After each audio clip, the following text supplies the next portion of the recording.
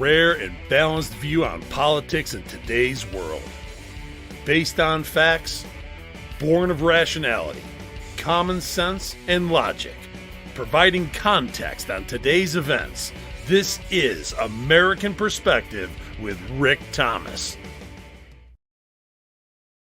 Hello, everyone, and welcome to American Perspective. I am your host, Rick.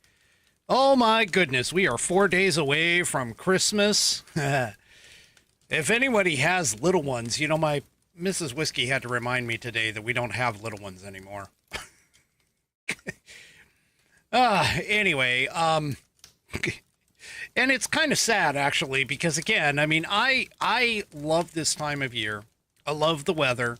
I love the spirit of Christmas. I love the reason for the season. I love all of it wrapped up into one. And I got to tell you, doing just the lights, the excitement, even with all the gifts and the gift giving and stuff, even though I got to admit, I take the lazy husband's way out. Mrs. Whiskey takes care of everybody, and I just take care of her. So, yeah. So anyway, it's just one of those things. All right. Well, let's go ahead and get some things going here. It is Saturday. We have one more broadcast tonight, and then Monday, and then of course we'll go into our Christmas break. So, Christmas break meaning 2 days. Christmas Eve and Christmas, I will not be broadcasting. I can't say that enough, just from that. But hey, we are literally knocking on the door to the 500th episode of the Whiskey Musings / American Perspective conglomeration. We're knocking on the door here, folks. Tonight is 495. We're going to be there. I'm telling you, it's coming. It is coming. It's going to get there. We're going to get there.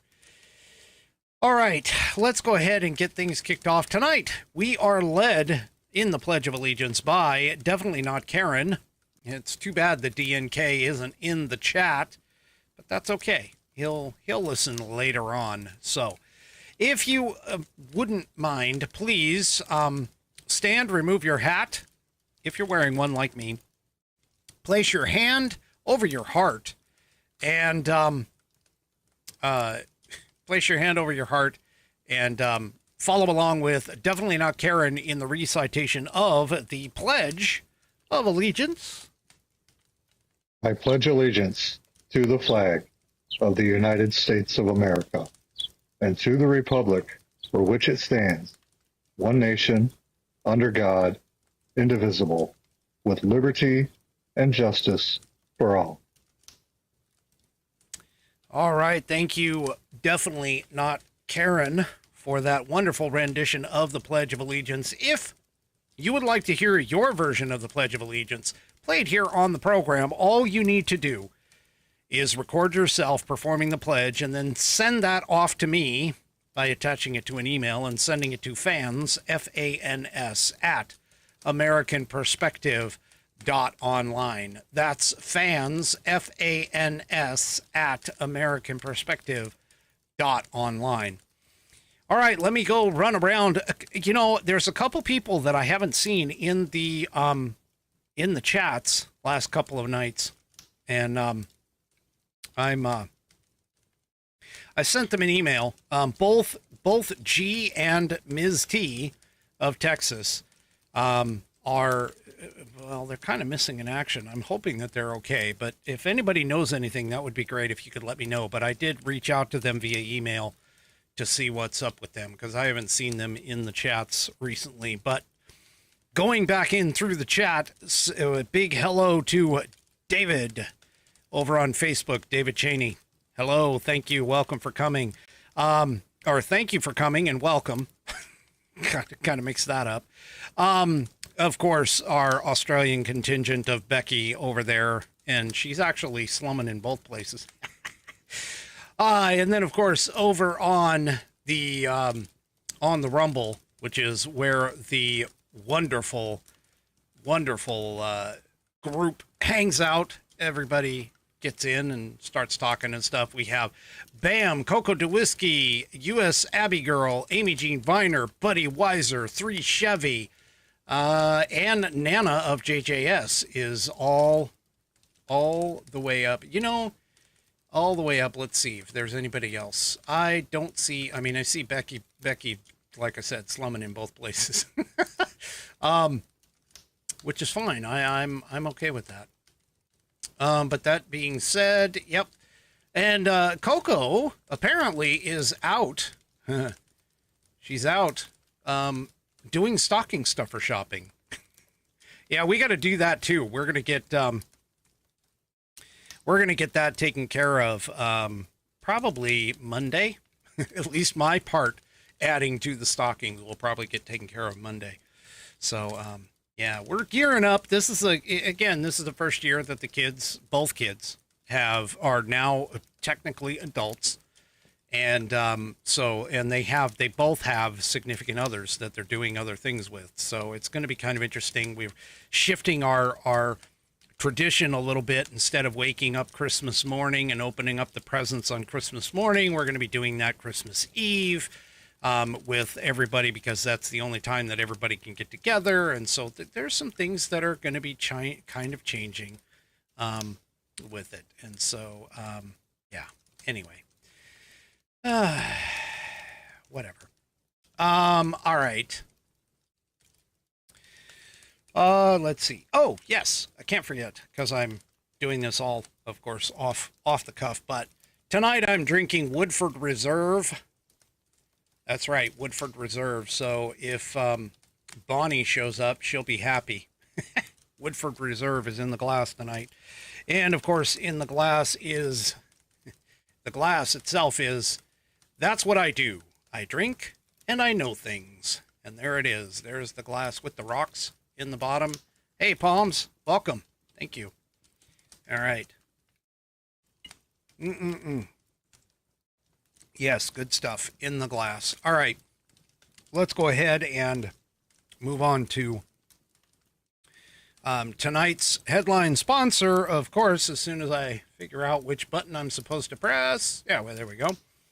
Tonight's headline sponsor is the IOTC, and I lost my script. There it is. All right.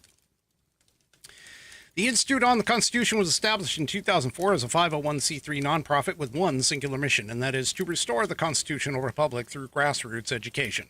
All courses and materials are developed using primary source documents and taught from the American view of law and government, as defined in the Declaration of Independence in the following 3 key points. 1, there is a God. 2, our rights come from him. And 3, the purpose of civil government is to secure and protect our God-given rights. The IOTC offers the opportunity to educate yourself on our most precious founding document, the Constitution of the United States. They also provide tools to educate your community and get involved with local government. Start by taking their free U.S. Constitution course and go from there. Use my affiliate link, iotc.americanperspective.online, to sign up. And while you are there, take a moment to look through their other course material and information. My affiliate link, once again, is iotc.americanperspective.online to get great content to learn about our historical founding and support the show in the process. That's iotc.americanperspective.online. Or... if you just want to purchase this fabulous Saddleback leather-bound U.S. Constitution to support the show, go to constitution.americanperspective.online. Check this thing out. It's got 1/8 of an inch of Saddleback leather wrapped around pages that are water and tear resistant. Not to mention, the binding is not a cheap glue. It is stitched all the way through the leather. It wraps everything all together. It is just fantastic. It has got a 100-year warranty against materials and workmanship defects, such that you can send it back to the manufacturer and they will either fix it or replace it for free. It has sexy rounded corners, according to my rumblers. Also, too, it is buddy tested, buddy approved, Billy tasted, Billy approved, and my youngest whiskey warrior has confirmed that the information contained within will help you study for your civics badge in Scouts. Probably will also do your civics exam if you're looking to become a naturalized citizen as well. Go to constitution.americanperspective.online and get yours today. And if you don't get one of these in your stocking or from one of your relatives and you don't have one yet, hey, you better ask for it. You better ask for it. Because I'm telling you, this thing is fantastic. I gave it out last year. I got a couple more people now added to the group that I'm going to have to do something with. But anyway. There we go. All right. So that takes care of all that. Okay. All right, folks. Let's go ahead and just kick things off with our first segment. I haven't done this in a little bit. We've had guests and things like that. So it's been a little while since we've seen this book, but let's go ahead and do it. On this day in American history.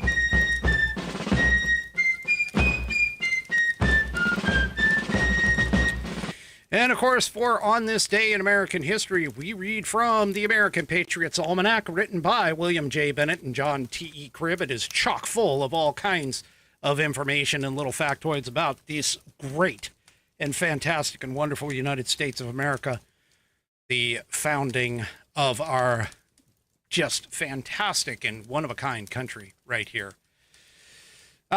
December 21st, we're talking about the fortitude of our forefathers. On December 21st, 1620, the first landing party of pilgrims came ashore in Massachusetts at the place they named Plymouth. There, they founded the second successful English settlement in America. The first, of course, was Jamestown, Virginia. Okay. Tradition says that as they came ashore, the pilgrims set foot on a granite boulder called Plymouth Rock. Now, I've actually seen this thing, and I expected that it was going to be something huge, but it really wasn't.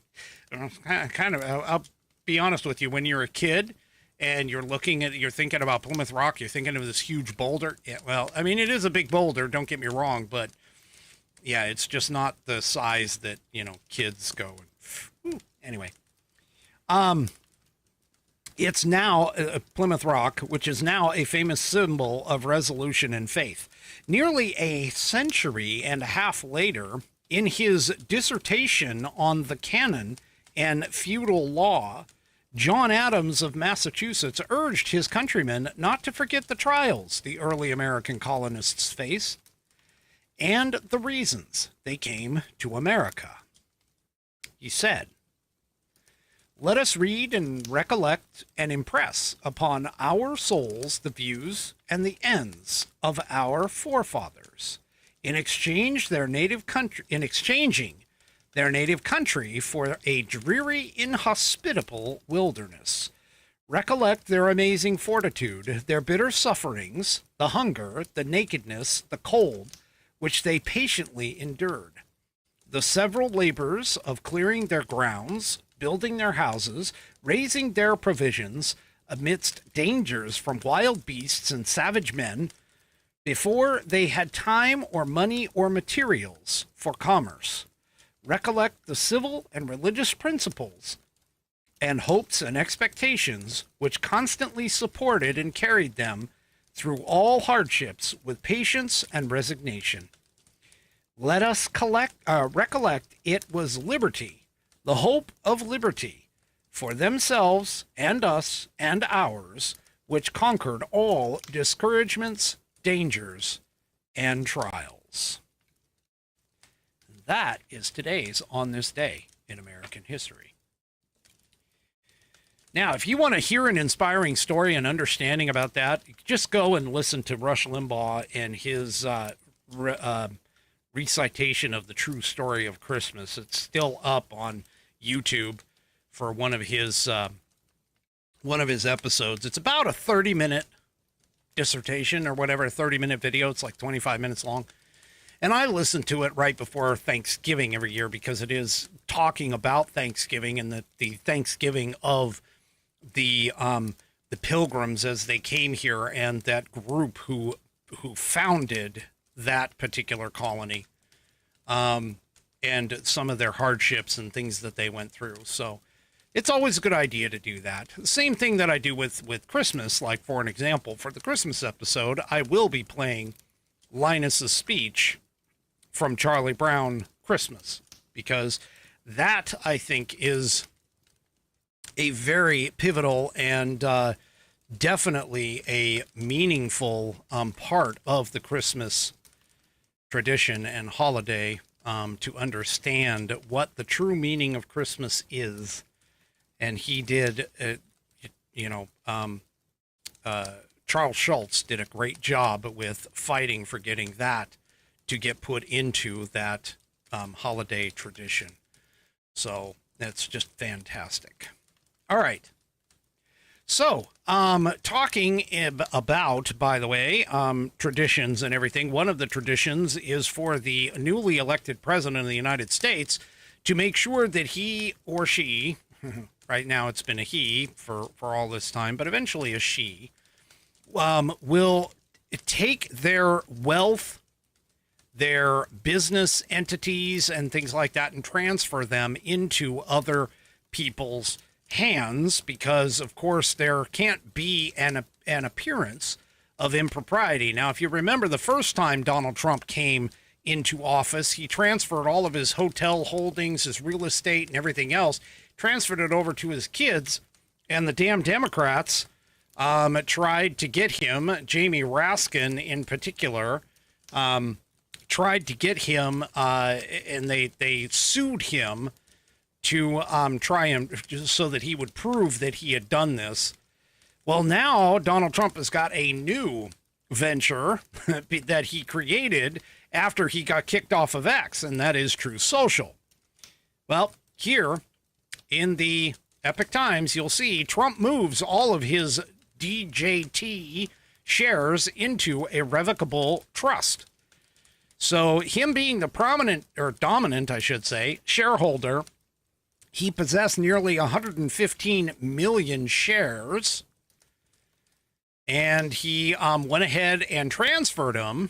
It's not like he's, not used to this because he's already been through it once. But anyway, he transferred them over, his entire stake, into in Trump Media and Technology Group, into a revocable trust, according to a December 19th regulatory filing.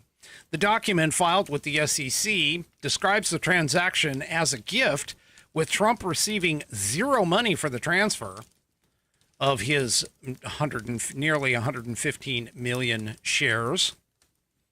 Since Trump is the lone beneficiary of the trust, he now indirectly owns the Trump Media transfers that he shared, according to the SEC filing. The trust is managed by his eldest son, Donald Trump Jr., who serves as the sole trustee with full voting and investment authority over its assets. Shares of Trump Media, which trades under the ticker DJT, closed at $35.41 per share on Thursday, valuing the transferred stock at more than $4 billion. Now, the stock price itself fell just over $33 when trading opened on Friday, reducing the value of Trump's stake to roughly $3.8 billion. Yeah, like there's a huge, $0.2 billion. Okay, I get it. Anyway, whatever. So, this is nothing unusual for it, because before his first inauguration in 2017, he made similar transfers to the same irrevocable trust involving real estate holdings, assets, and liabilities, as reported by his then accounting firm, Mazars. Trump Media stock has often been seen as a proxy of Trump's political odds since the company went public in March, with its price rising and falling in response to the news about him. The DJT share price has risen sharply has reacted, sharply to key events in recent months, including Trump's campaign announcements, his legal battles, attempted assassinations, his election victory, which caused the stock to soar. God, I'm having a hard time even talking. But anyway, while adding millions of dollars to his net worth. So following his White House win, of course, Truth Social remains Trump's primary online platform. And they have gone and shifted. I mean, it's very common for Trump to, truth? I think for Trump to truth something or post a truth and that to immediately get transferred over to X. I think, in fact, I think Elon Musk, when he opened up Trump's account back up, he somehow tied it so that every time that Trump truths something, it automatically gets replicated over on X. But anyway, so Trump himself does not hold an executive position within the Truth Social parent company. However, he has nominated 2 of its board members to high-level positions in his administration, and those are Kash Patel and Linda McMahon. Trump Media CEO Devin Nunes, who used to be a California congressman, has been selected to lead the president's Intelligence Advisory Board.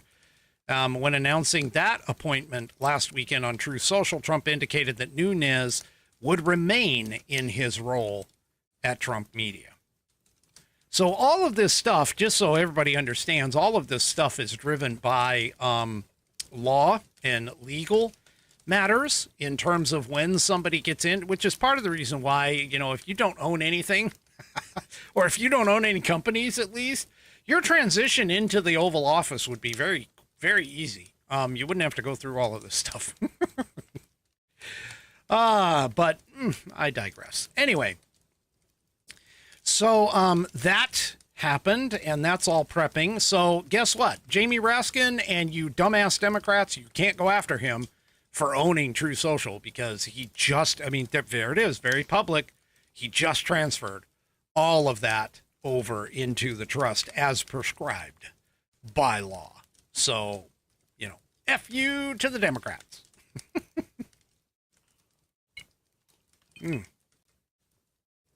All right. So you remember how I was telling you, I think it was mid last week, how the pieces of the wall, the remaining pieces of the wall in Arizona were being trucked up to a auction site and were attempted to be auctioned off. Yeah. By the federal government. Well, apparently that's no longer happening. And in fact, according to this piece in the Washington Examiner, all right, Arizona's unused border wall materials were ordered to be pulled from that auction site. The sale of border wall materials in Arizona that were being auctioned has been taken down, according to Texas Lieutenant Governor Dan Patrick. Patrick said Texas was made aware of the materials slated for auction in Arizona on December 12th, which was the same day that the Daily Wire, of course, reported that whole sale. The next day, Patrick said that Texas tried to find the border wall materials on the auction site, but those items were at that point unavailable.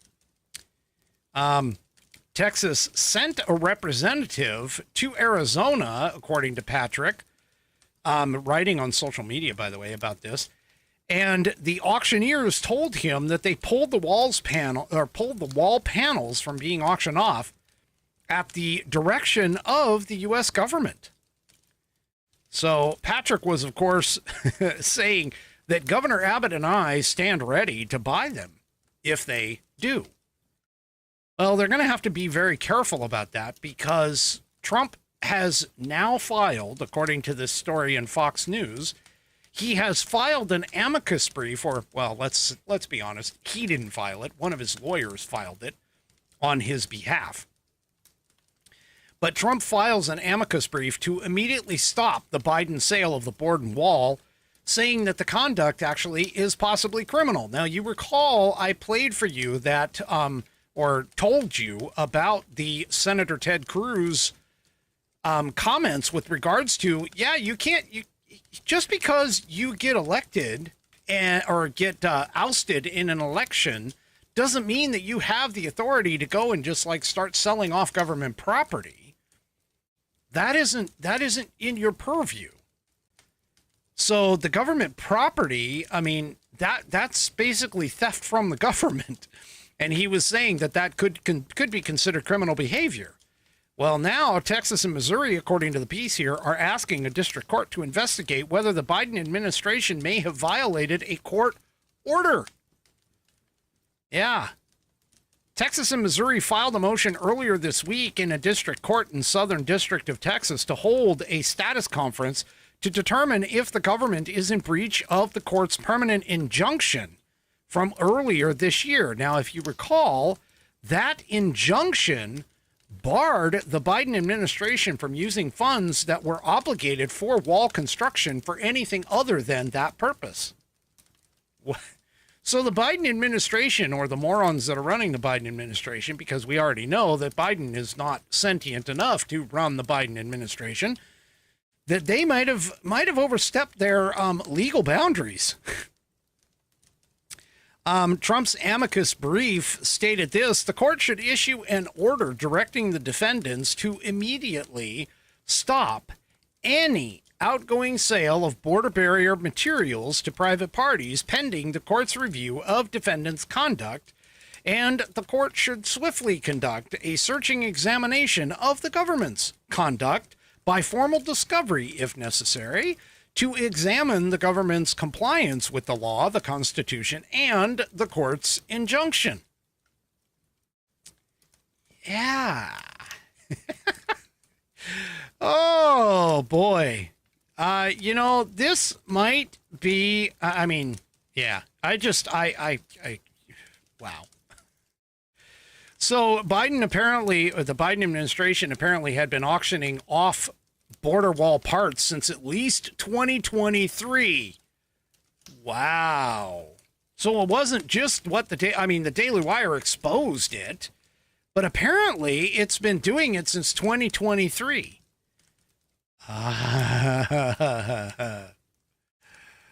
Oh, and border officials told Fox News that auctions now occur weekly and have been for some time. However, the practice itself, again, it took a independent media, meaning the Daily Wire, which is an independent media source, to wake up the public about this by publishing a video that was showing the parts being transported and cited Border Patrol agents who said that the goal was to clear them out before Christmas. Oh, boy.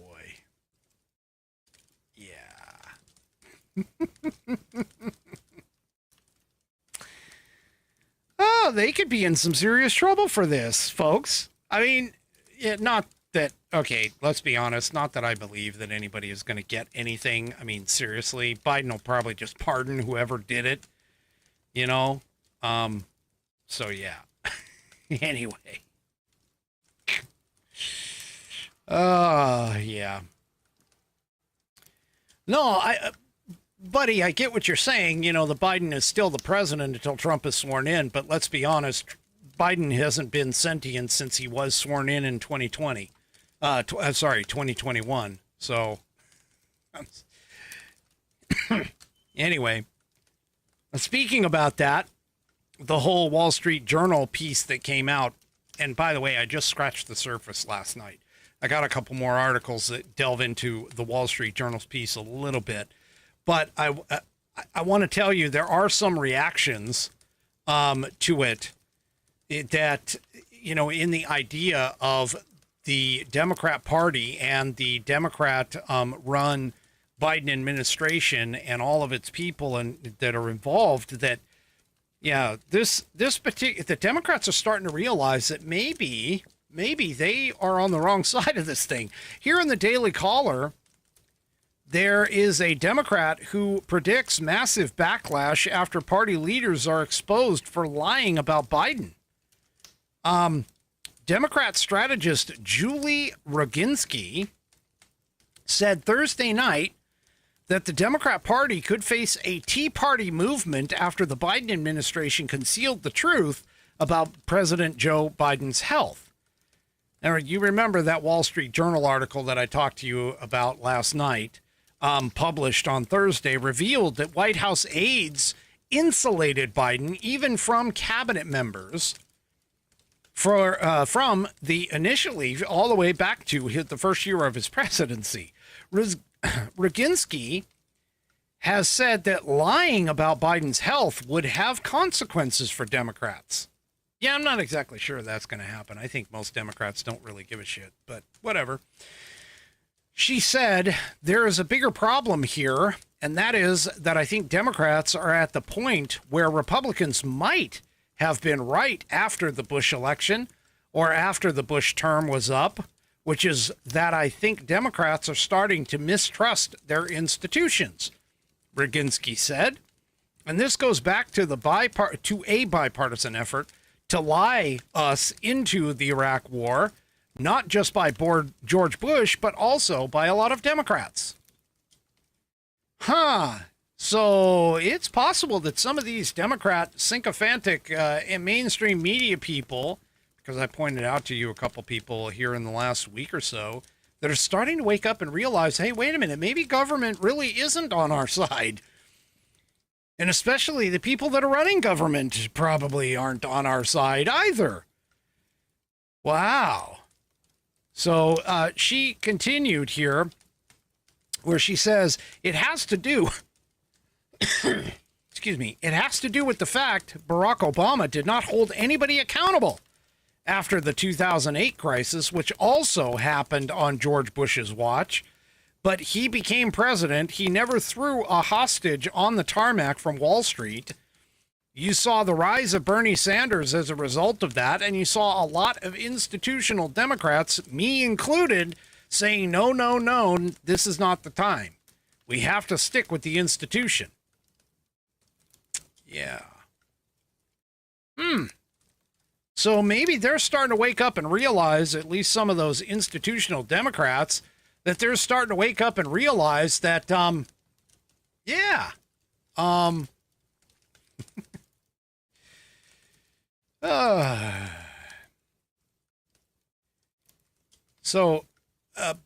the problem isn't selling unused government materials not being illegal. It is illegal if it violates that court order that was put in place to prevent Joe Biden from doing that exact thing. So it's violating a court order is the problem.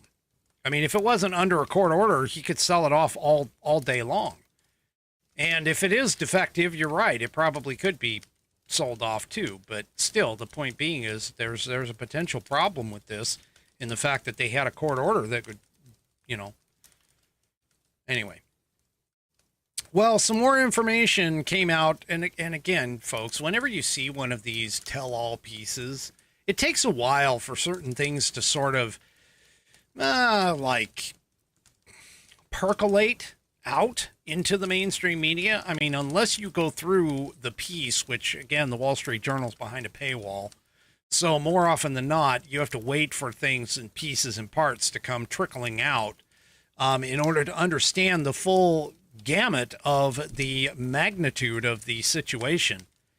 But here, and this really doesn't look good. Now we kind of have at least a small inkling into the fact as to why the Biden administration did such a disastrous Afghanistan withdrawal.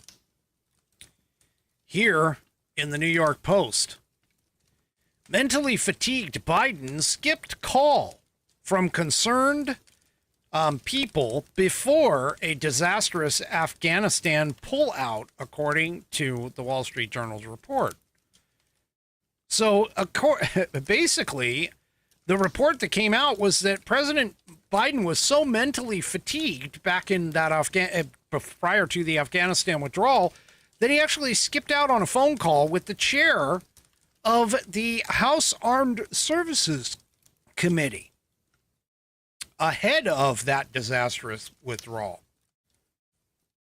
I mean, really? So Biden, who is the oldest president in U.S. history, was incredibly hard to reach, even for lawmakers in his own party, as his aides attempted to keep Biden's evident mental and physical decline under tight wraps. A bombshell report from the Wall Street Journal, I already mentioned it, revealed.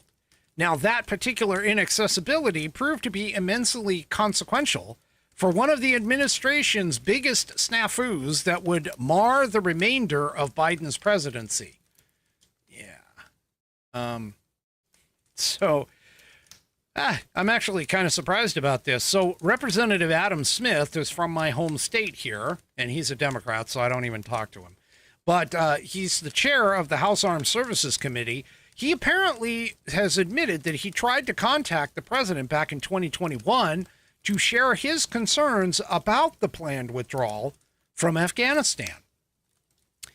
Smith said that he was worried about the administration's optimistic comments about pulling out from Afghanistan, which, after working extensively on the issue, the congressman believed would be significantly more difficult than White House officials were letting on, and he wanted to talk to them and share his findings about it. He said, and he told the Wall Street Journal, "I was begging them to set expectations low." But he couldn't get the commander-in-chief on the phone. 13 U.S. service members and more than 170 Afghans were killed in the chaotic evacuation that occurred in August of 2021. You remember that, which ended the longest conflict in U.S. history and left the Taliban victorious and in charge, which, yeah, they are completely, they took the country completely back 25 years.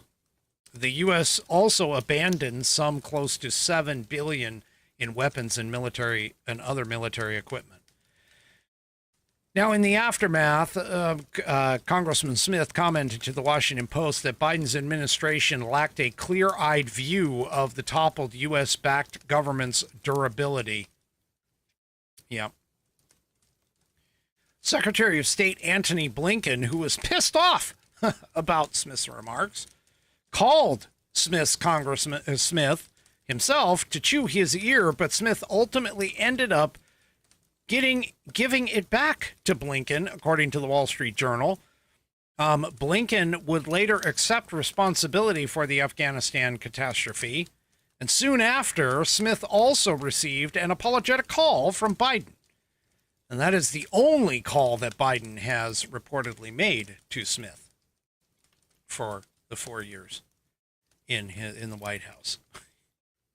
Smith said, "The Biden White House was more insulated than most. I spoke with Barack Obama on a number of occasions when he was president, and I wasn't even chairman of the committee." Yeah. Folks, this is going to go down probably as one of the worst presidencies in the history of the United States. And this next piece totally pisses me off, but it doesn't really surprise me any. Also in the New York Post, apparently Joe Biden forced the family members of the 13 service members killed in that just horrendous debacle in Afghanistan. He forced them to wait on the tarmac because he was napping on Air Force One. Can you believe that? It's fucking moron. Sorry. Anyway, according to a couple of the people, when after the August 26th terrorist killing the 13 American soldiers, Biden reportedly, his nap took place during a dignified transfer ceremony when the president and first lady Jill Biden were to welcome the caskets of the fallen soldiers at Dover Air Base in Delaware. Now, if you notice, okay, there's a couple of pictures running across the board here, but I'm gonna get to the one that I want to talk about here in just a second. The families apparently heard from some of the military members that were there, military officers.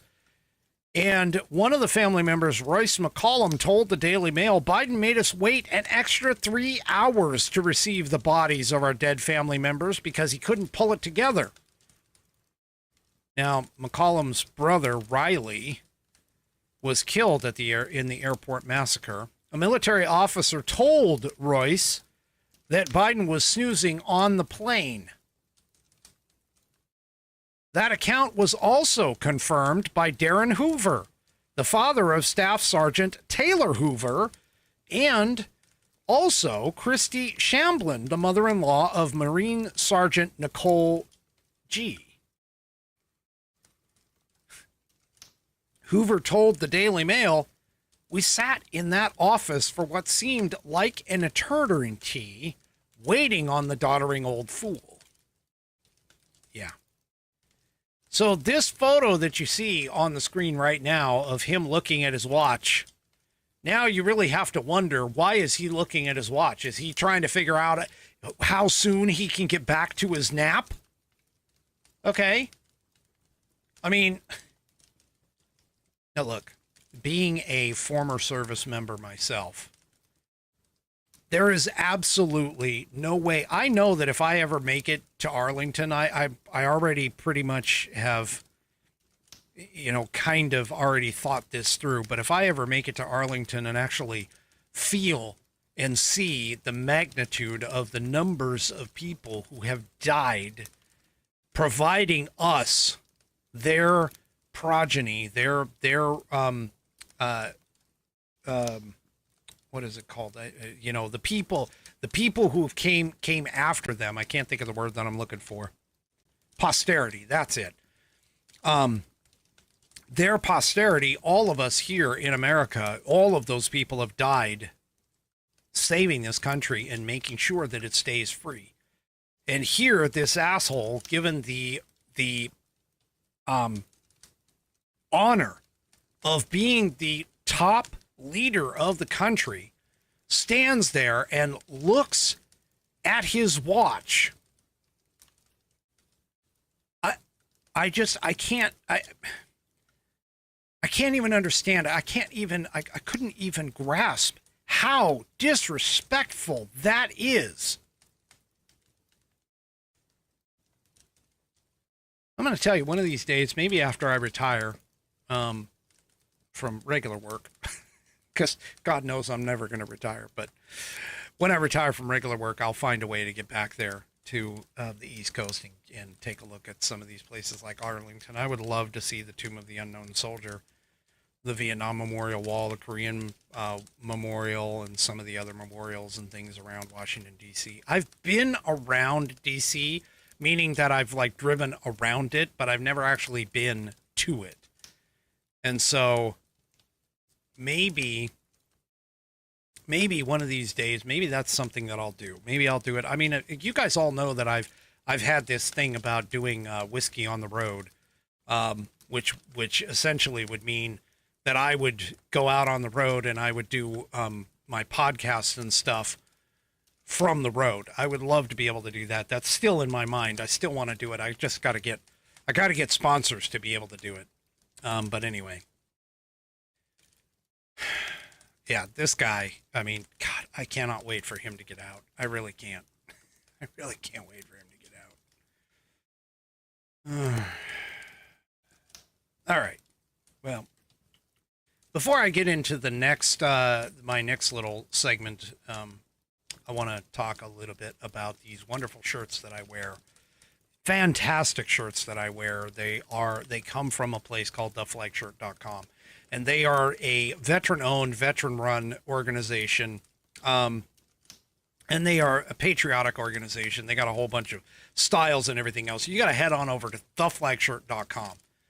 That's theflagshirt.com, and check out all of their styles. They've got them for men, women's, kids. They've got accessories all decked out in the beautiful and wonderful red, white, and blue, with stars and bars and all kinds of stuff. You got to check it all out. Go to theflagshirt.com. They have a consistent free shipping if you purchase $75 or more of their product. But I know a lot of people can't afford to buy $75 or more, or whether you can afford it or not, maybe you just don't want $75 or more. And so that being the case, I have chipped in with them, and I am offering a $5 off coupon off your order. So if you go to flagshirt.americanperspective.online, that's flagshirt.americanperspective.online, you'll get a coupon code that will give you $5 off on your order when you enter that coupon code at checkout in the promo box at theflagshirt.com. Once again, go to flagshirt.americanperspective.online, get that coupon code, copy and paste it into the promo box at checkout at theflagshirt.com, and get $5 off your order on American Perspective. And by the way, I know that a couple people have already done it because I've seen the transactions, or at least I've seen the fact that a transaction has occurred. So thank you very much for doing that for the show. That is fantastic. Go to theflagshirt.com and get yourself patriotized. All right.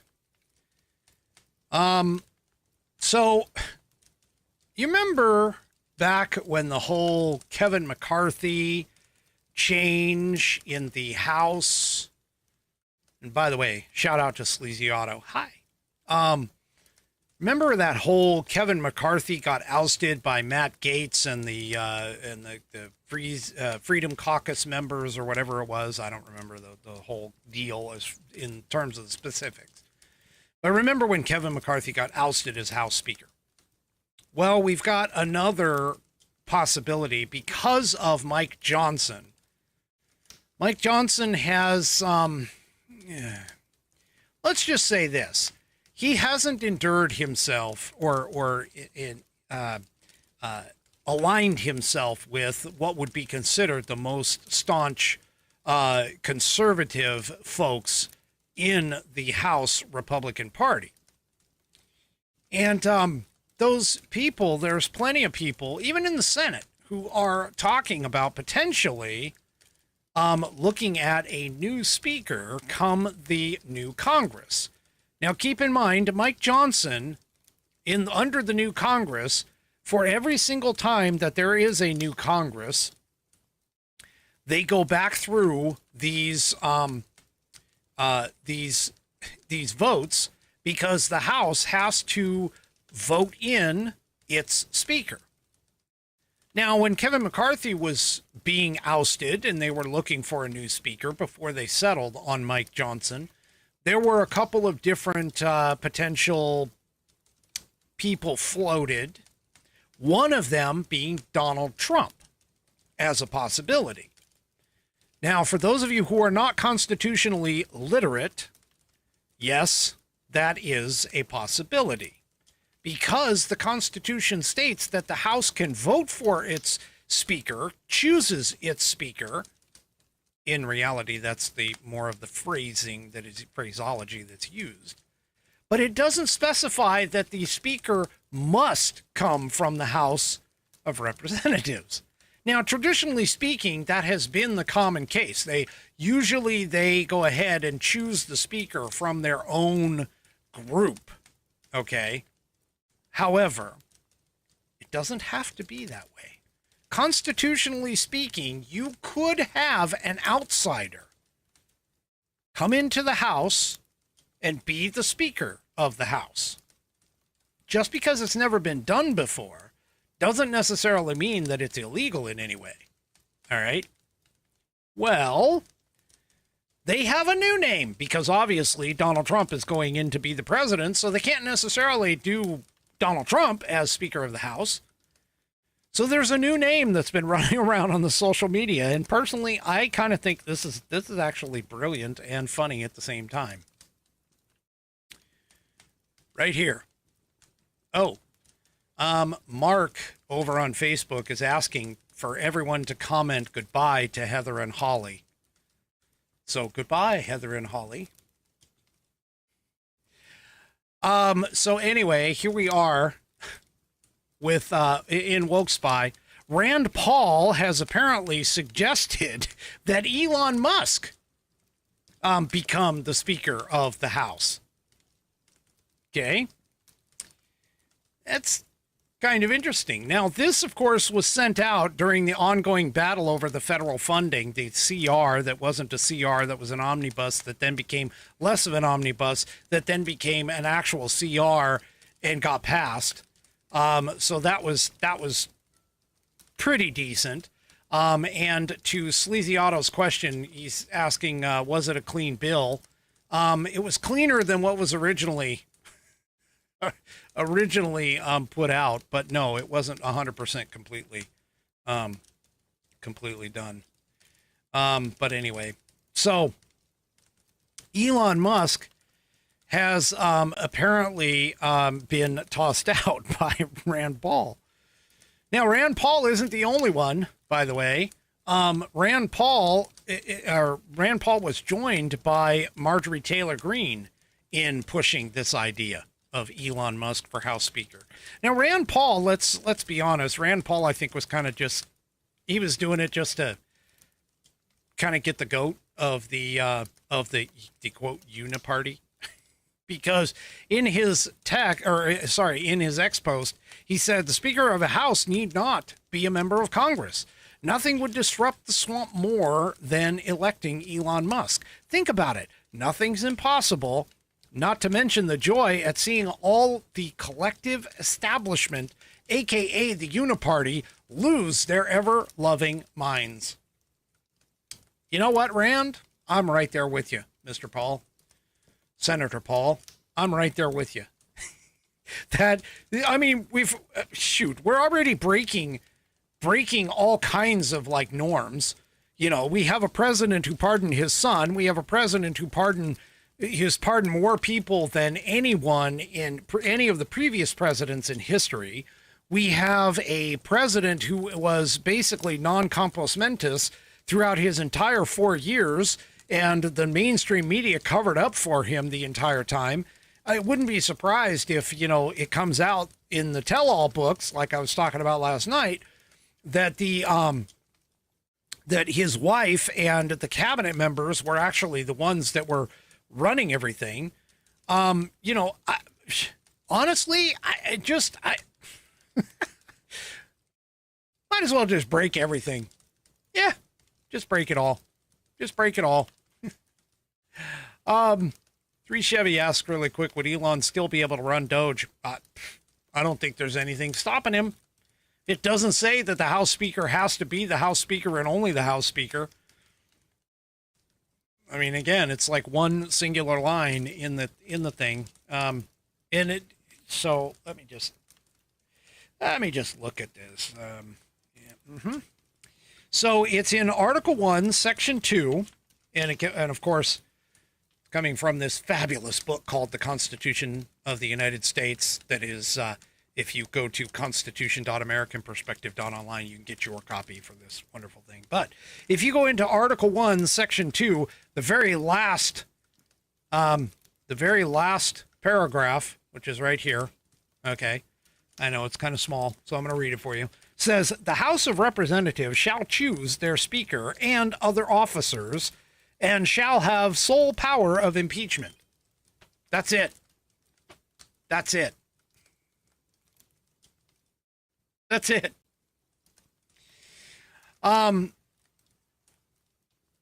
Yeah, so here's the thing, and this would kind of be,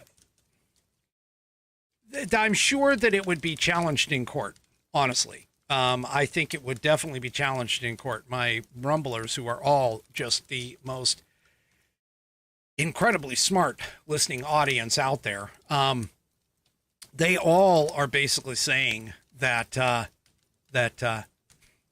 Musk isn't a natural born citizen. And one of the constitutional requirements for the president is to be a natural born citizen.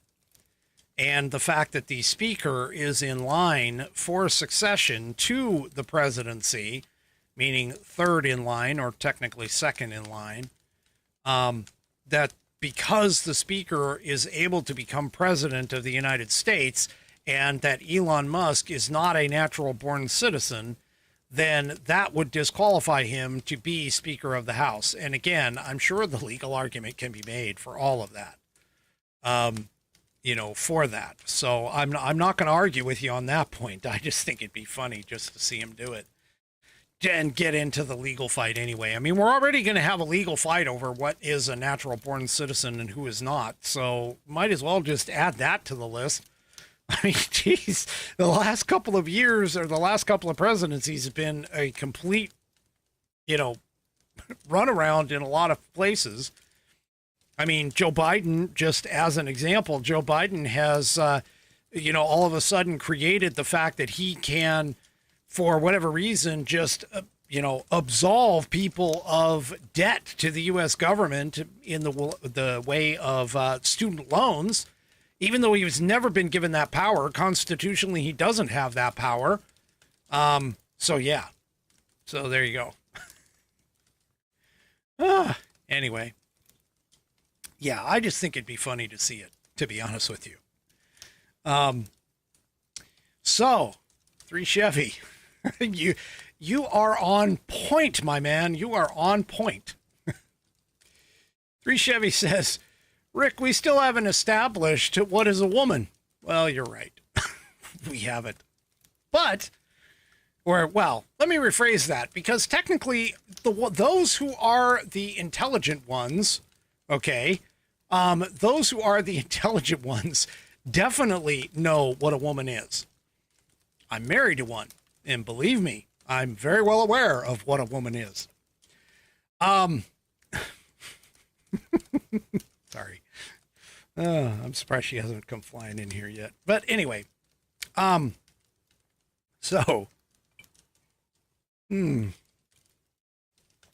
here we are talking about what a woman is and whether or not a woman can be in women's sports and whether or not a man acting like a woman can be in women's sports and things like that. Well, you remember a while ago, the Department of Education decided to rewrite the Title IX rule, okay, and make it to where they were trying to make it so that gender was a protected class, and therefore if somebody just chose their gender, that they would automatically be allowed to play in women's sports. And now keep in mind, Title IX covers the universities and below, so all of the educational systems that we have in our country. Well, there was so much of an uproar, by the way, of all of that, that several states, many of them, took the Biden administration to court over that. Well, now, in preparation for the newly elected president of the United States, Donald John Trump, here in the Epoch Times, the Department of Education withdraws its rule on transgender athletes in school sports. So the whole plan to bar school bans on transgender athletes was apparently halted after the public, that means you, all of you people with brains and understanding of basic biology and understanding of basic fairness, okay, has decided to halt the rule. And of course, they also cited ongoing Title IX lawsuits as well. So the Department of Education, and this was just yesterday, they withdrew a proposed rule that would have stopped schools from banning transgender athletes from joining teams that match their quote-unquote gender identities. All right. The decision to withdraw this rulemaking was submitted to the Federal Register on the same day that the Biden administration also withdrew efforts targeting student loan forgiveness. Now, I haven't talked about this, but that was something that was going on. The Biden administration was looking once again to defy the Supreme Court order and just all of a sudden magically make up some more reasons as to why they can, forgive student loans. So anyway, the decision itself halts that the rule, which was introduced in April of 2023, that invited public comment on how Title IX, which is the landmark federal law banning sex discrimination in education, should address issues of gender identity in sports. Now, for those of you that may not have any historical knowledge, for the longest time, schools, especially high schools, didn't have sports that were related to women.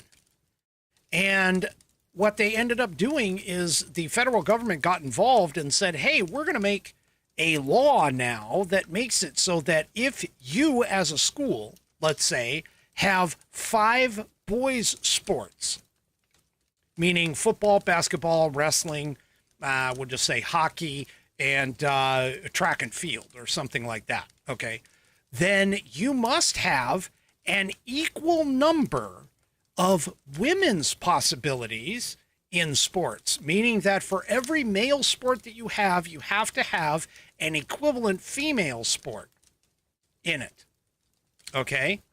And that opened up an entire realm of female athletes.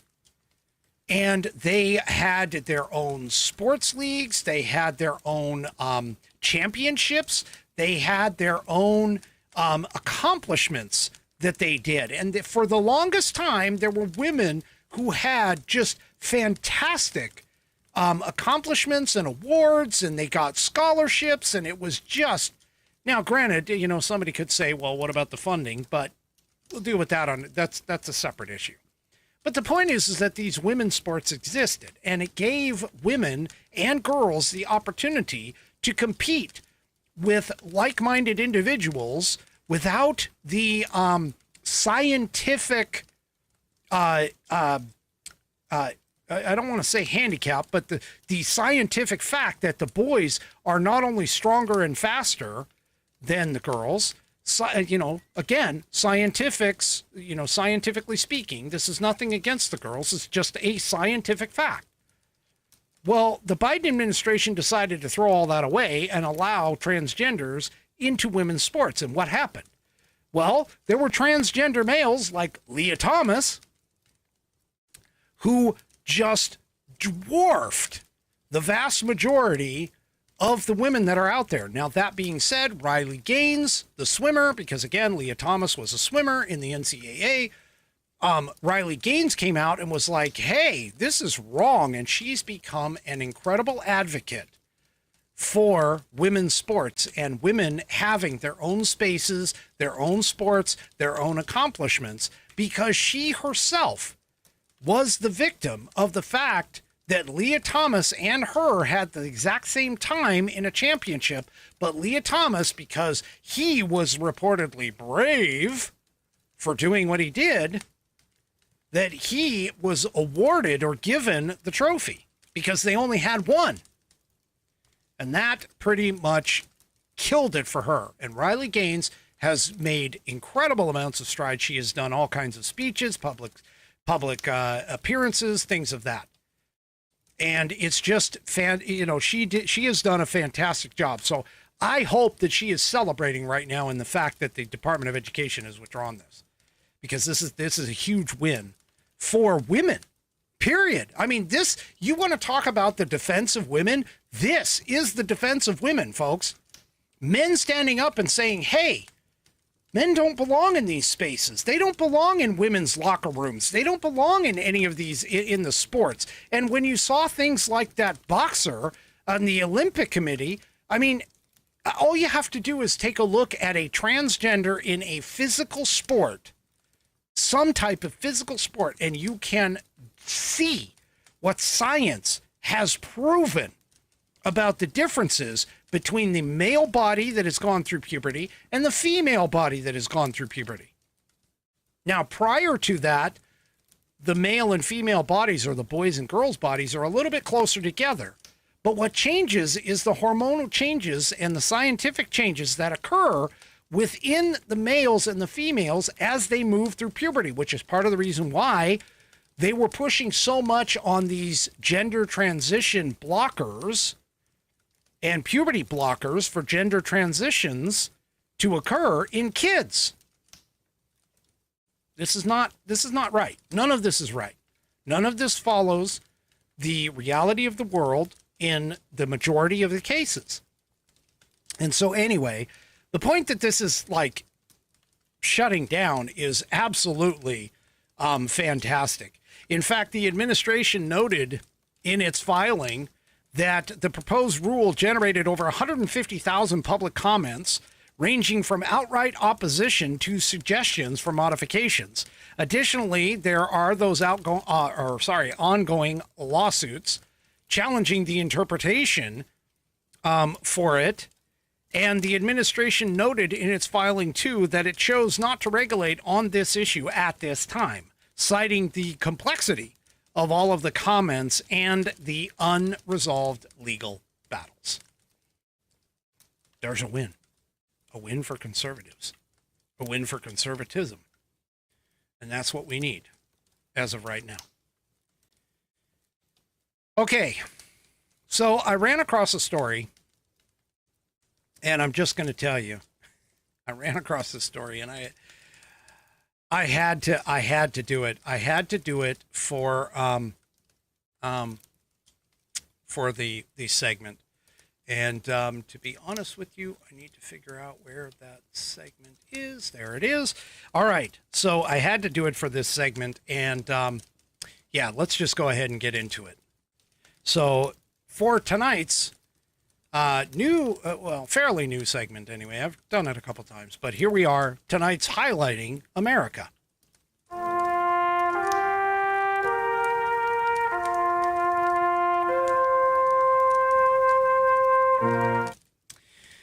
All right. This one, I'm just going to say this one's a good one, and it's kind of a good one because it's a fantastic story of a father and a son in their relationship. Okay. And not that I'm trying to like infer that, you know, boys should do this for their fathers all the time. Okay. But I can tell you that it's always refreshing to see and hear about a family member who recognizes some of the sacrifices that are made when a family is beginning to start. Okay.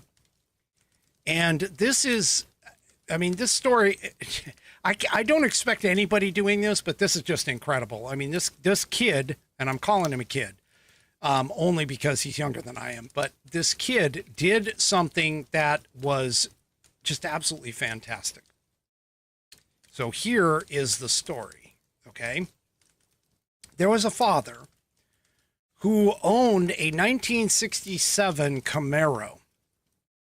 He ended up getting married, and, his wife got pregnant, and he essentially had to sell the Camaro because he chose he chose having a family over owning what was considered his dream car. Now, here's the thing, is that the dad, the father, okay, he didn't really say anything about it until the kids started getting older. So up until about the time that his son was 13 years old, the son's name is Jared, I believe. He'd never thought about his dad actually owning like this cool muscle car, because he essentially, the dad just didn't even talk about it. Well, when he started getting old enough to understand, his father started telling him stories about several of the old cars that he used to have. One of them was a 1967 automatic dual exhaust Camaro in a very particular shade of blue that had 2 white stripes on it with a 350 V8 engine. And it's one that his father's name is Earl, talked about the most. Okay. Because back in 1983, when Earl learned that his young wife was pregnant with their first son, he decided to let the car go. So the story that, of course, ran around was the fact that when Jared was a kid, that his dad, Earl, sold the car for diaper money. And that was kind of the joke because he didn't really need diaper money. But anyway. But what his father, Earl, was trying to tell him was that he really sold the car because he knew that he had to start a family and to make sure that he was prioritizing the correct things. Okay. Well, his son, who, by the way, is now 31, spent 2 years secretly restoring a 1967 Marina Blue Chevrolet Camaro. His dad, Earl, had given up on having that car, okay? Having his dream car back again. Well, he gave it to him. Here in the Epoch Times, Dad sells his 1967 Camaro to raise a family, and 41 years later, son surprises him and says, quote, "My dad's worth it." Take a look at these pictures. I mean, seriously, let me see if I can get a little bit closer here. Not so much on the car, but look at the family pictures. Just look at the two family pictures. You got the two kids, the dad and the son back in the day on the left, and then the dad and the son today. I mean, look at that. If that isn't like, if that doesn't bring at least a little bit of wetness to your eyes, knowing that this son, this young man, he's, obviously he's older now, but this young man dreamed his entire life, dreamed about his dad's muscle car, and he finally got it for him. He restored it, took 2 years to do, and he restored it and handed it back to his dad. Now I'm going to tell you, I mean, after raising kids and having kids, now that are on their own, my son is, he's left the house. He's living on his own. He's got a steady girlfriend. He's got a very steady job. And I couldn't be any more prouder. I can't be any more prouder of my daughter, who is just now breaking out. She's in college. She's doing well. She's working hard. She's going after her dreams too. And just seeing the two of them do that, believe me, is enough of a thank you. But to sit here and to basically pay it back to his dad, I can't imagine what he, what he must be feeling. Both the son and the father, to be honest with you. So I had to see this. I had to show this to you because this to me is like the ultimate in payback, and not in a bad way, but the ultimate in payback for all of the sacrifices that parents, true parents, ones that actually care, give to their children. And like I've been telling my kids, I'm like, hey, you're going to be paying me back when I'm, old and everything else. But this is fantastic. This is just a fantastic gift, and just the fact that the guy kept it secret for 2 years is impressive. Oh, and being able to restore it and give his dad exactly the car that he wanted. I mean, that's just incredible. So obviously I had to highlight it because only in America can something like this, really come to fruition.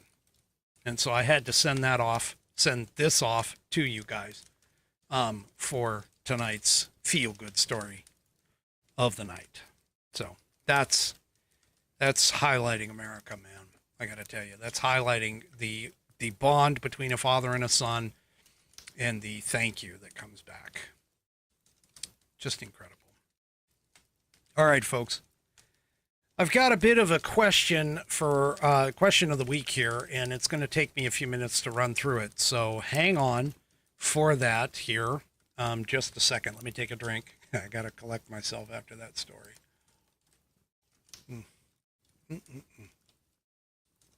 To think that the son did that just purely out of love. I mean, Jared himself wrote in a Facebook post about the surprise. He was like, it was one of the best moments of my entire life. He revealed it for his father's 65th birthday. That's just incredible. I mean, I'm sorry. I got to go back. Here's the front of the car. This is just fantastic. I mean, look at this thing. Holy smokes. To think that he spent 2 years restoring it. Wow. Talk about a gift. Talk about a gift. That is, yeah. Anyway. All right. Okay, let's get into this week's question of the week.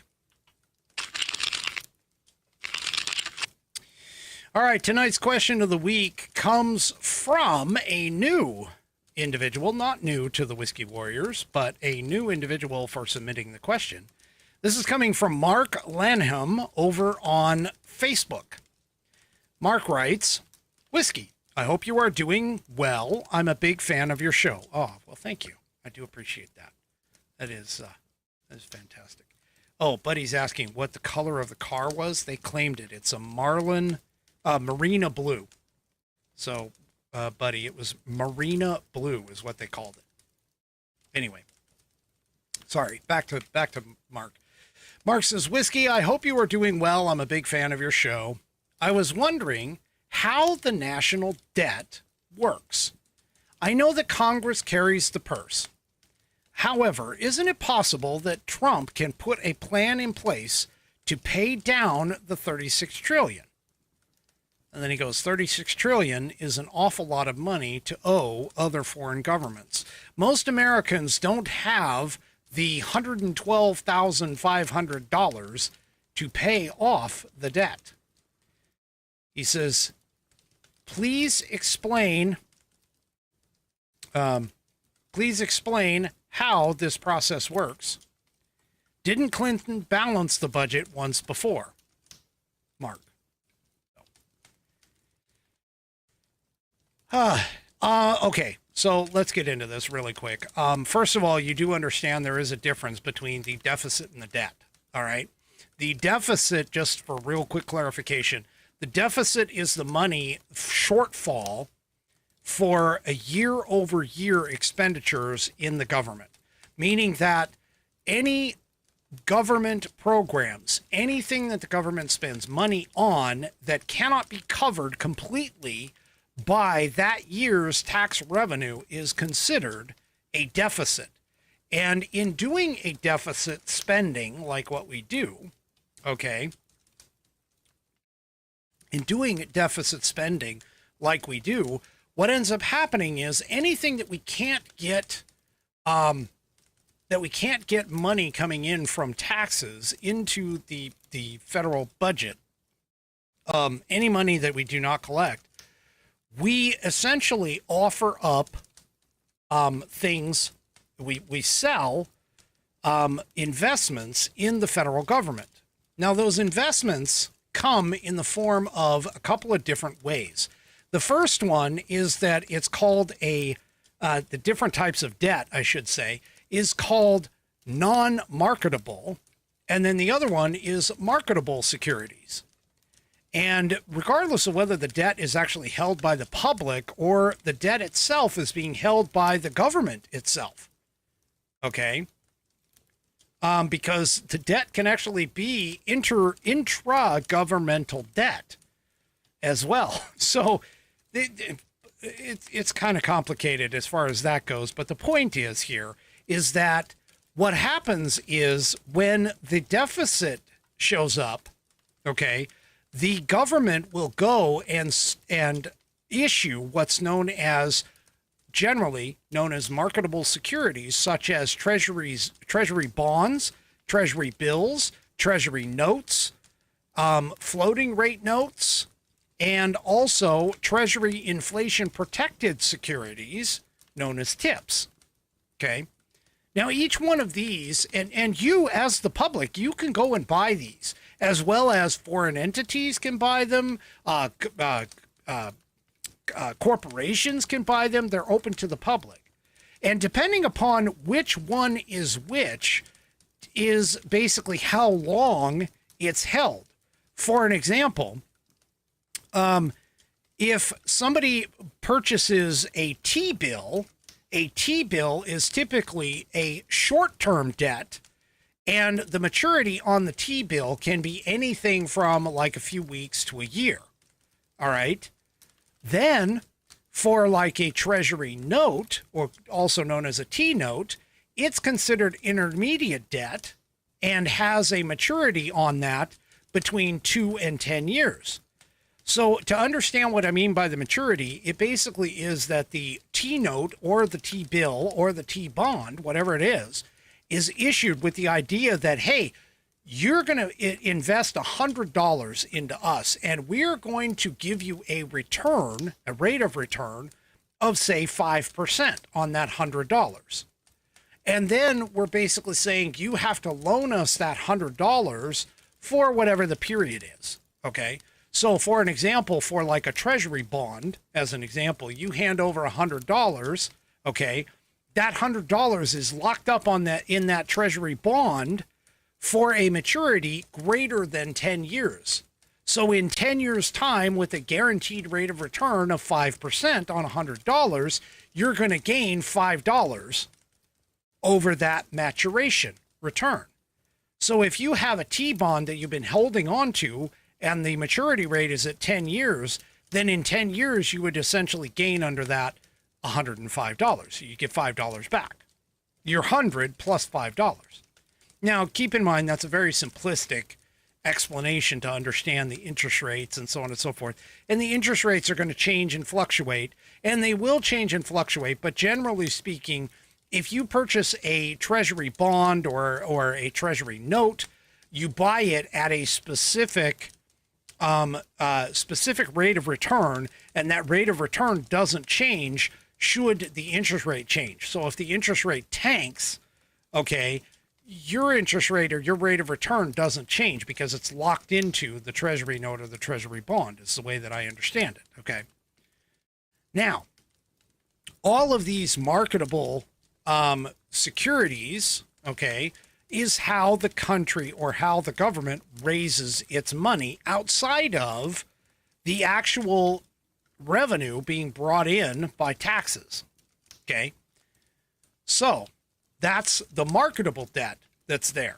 Now, the non-marketable debt is actually an intragovernmental debt, such as debt held by government trust funds. For an example, the Social Security Trust Fund. Okay. So they've borrowed against the Social Security Trust Fund with the promissory note of putting it back. This is part of the reason why the thing is going insolvent, because the government has not refunded the money that they've been borrowing from it ever since it was created. Okay? So that becomes a bit of a problem. And that's why we have such an issue with the Social Security Fund. All right. Now, the president comes up with the budget. All right. The president creates the budget, hands it over to Congress, says, hey, here's what I think I want to spend money on during my 2 years that this budget is covering, or the 4 years that this budget is covering. And yes, there was one singular year when Bill Clinton actually, quote unquote, balanced the budget, meaning that the expenditures that were going out equaled the income coming in. But honestly, that was a fluke. His other 7 years, he ran a deficit also. Granted, it wasn't as big as what you see now, but he did run a deficit. So yes, technically he did have a singular year where he, quote unquote, balanced the budget. But that doesn't do anything to the debt. All that does is make it so that the deficit doesn't get added to the debt. Okay? Now, if you recall, back in the early 90s, after Ronald Reagan went out, there was this wonderful guy by the name of Ross Perot. And Ross Perot had this idea. He had this thought that he could eliminate the national debt within, he claimed, 5 years.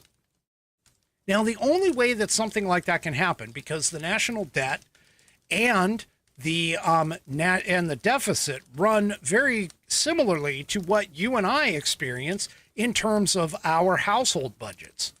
If we, as a part of our household budget, spend more than what we take in, we have to go and borrow that money from somewhere, whether it's a credit card, whether it's a home loan, whether it's a personal loan or something along those lines. And again, the same concepts exist with the federal government and our personal loans. They operate pretty much the exact same way. The only difference is that the federal government can never go bankrupt, according to them. So anyway, to get kind of back onto point, Donald Trump, yes, he could institute a budget, and every single president has done this, where they take a certain portion of the incoming revenue and they allocate that toward the debt interest payments, and sometimes, if there's enough of a surplus, they can allocate that as to pay down the principal on the national debt. But the fact of the matter is that no president has ever done that. They've all had their own ideas on what they want to do, and they end up spending more than what they bring in every single year, which again, as I point out, Bill Clinton happened to have 1 year where it actually was equal. And so he's considered to be the only one that has balanced the budget. Okay. But the reality of it is that we consistently, as a government, because we are spending so much money on stuff, and to understand exactly what we are spending money on, here's an example of what it is that we are spending money, and I'm trying to find the reference here. Okay, it's not that one, it's this one. So some of the things that we're spending money on, for an example, Social Security by itself takes up 22% of our federal spending for the fiscal year to date of 2024. And that's actually the highest piece out of all of it. Our interest, as of right now, is running at 14% of our net interest. Okay, so we're spending 22% of our budget, or of our income, on Social Security. We're spending 14% on top of that to net interest. We're spending 13% on top of that to healthcare programs. We're spending 13% on national defense. Medicare is also getting 13%. Income security is getting 10%. Veterans benefits and services, 5%. Education, training, employment, and social services, 5%. Transportation, 2%. Community and regional development, 1%. And the other, meaning the kind of catch-all, is getting 3%. Okay. Folks, this is unsustainable. We obviously cannot do this. And by the way, they measure, the singular measure is whether or not, is how much the federal debt compares to the percentage of GDP.